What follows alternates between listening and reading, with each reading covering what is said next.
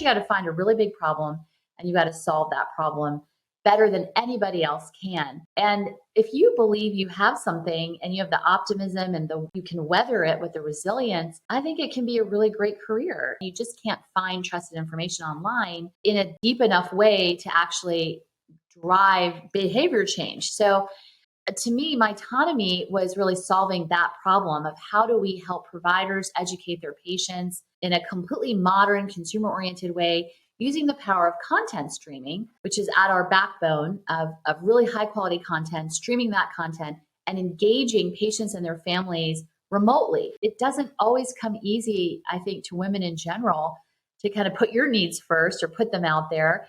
The inclination, I think, is often take care of everybody else. And you were a little bit invisible as a woman sometimes. Women can be invisible sometimes in their own families. And I think that's been a real important part of my own growth as a person and what I took from the South without realizing it. Maybe this conversation is making me realize it, but is really learning to advocate for myself and say, I really need this. I need to do this.